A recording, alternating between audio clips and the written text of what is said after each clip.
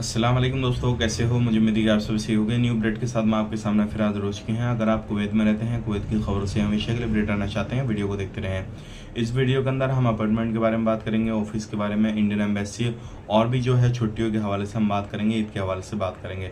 Channel को पहली बार देख रहे हैं, सब्सक्राइब करें और साथ ही साथ बेल आइकन जरूर प्रेस कर दें। आने वाले वक्त में ऐसे ही इन्फॉर्मेशन आपको मिलती रहे और आप हमेशा हमारे साथ में जुड़े रहें। सबसे पहले उन लोगों के लिए अच्छी खबर है जो लोग जहरा एरिया में रहते हैं। यहाँ पर इंडियन एम्बेसी एक ऑफिस खोल रही है, जो कि आप परेशानी किसी भी तरीके की लेकर है आपको, तो आप वहाँ से अपना पूरा काम करा सकते हैं। अभी फिलहाल में जो है अलग अलग जगहों पे ऑफिस हैं, लेकिन जो जहरा एरिया में लोग रहते हैं उनके लिए काफ़ी अच्छी खबर है। क्योंकि अगर आप कहीं पर भी जाते हैं तो टाइम निकालना पड़ता है, सारी चीज़ें होती हैं, लेकिन इंडियन एम्बेसी से आप यहीं से आप अपना काम करा सकते हैं। कोई भी मसला, कोई भी परेशानी आपको नहीं आने वाली है। छुट्टी के हवाले से अच्छी खबर आ रही है निकल के। 9 अप्रैल से लेकर 13 अप्रैल तक छुट्टी रहेगी सभी गवर्नमेंट ऑफिस में और सभी जगहों पे। आप इस बीच में घूमने फिरने की प्लानिंग बना सकते हैं अगर आप कहीं पर भी काम काज करते हैं तो। और इस बीच में अगर आप कहीं पर घूमना फिरना कर रहे हैं तो ध्यान रखें कुछ चीज़ों का। अपने अपने साथ में सिविल ID कार्ड लेकर जाना ज़रूरी है, क्योंकि आप बिना सिविल ID कार्ड के घूमेंगे फिरेंगे तो फिर आपको परेशानी हो सकती है। और ये जो है ईद की छुट्टियां का ऐलान कर दिया गया है। बात कर लेते हैं यहाँ पे अगली खबर की तरफ। जो अगली खबर आ रही है निकल के, वो आ रही है चेकिंग को लेकर। देखिए, कुवैत में अभी चेकिंग चल रहा है। छूट भी अगर आप लेने का उसका फ़ायदा चाहते हैं उसका मिल जाएगा, लेकिन चेकिंग भी चल रहा है।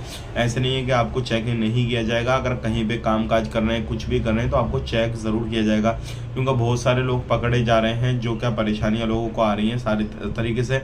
अगर आप छूट का फ़ायदा लेना चाहते हैं तो आप पकड़े नहीं जाने चाहिए। आप छूट का फ़ायदा तभी ले पाएंगे अगर काम करते हुए पकड़े गए, फिर आपको इलीगल कैटेगरी में डाल के फिर आपको फिंगर करके भेजा जाएगा। फिर कभी भी आप कुवैत के अंदर नहीं वापस जा पाएंगे।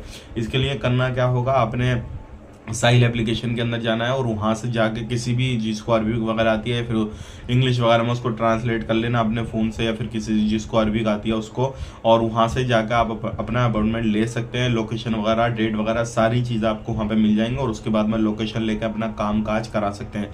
अगर आप अपॉइंटमेंट के बिना जाएंगे तो लाइन में लग के खाली आपका टाइम ज़ाया होगा, 1-2 घंटा आपके ख़राब हो जाएंगे।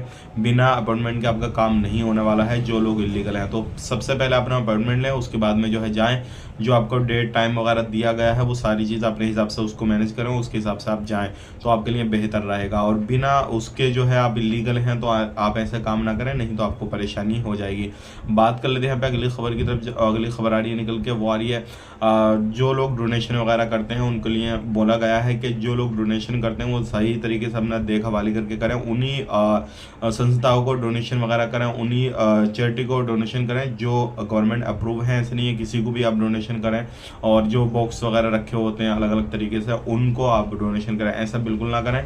जो अप्रूव है उन्हें ही करें। तो ये थी कुछ इंपॉर्टेंट जानकारी जो कि मैंने आप तक शेयर कर दी। वीडियो अच्छा लगा लाइक करें, शेयर करें। आप अपना ख्याल रखें, अपनी फैमिली वालों का ख्याल रखें। Take care, bye bye.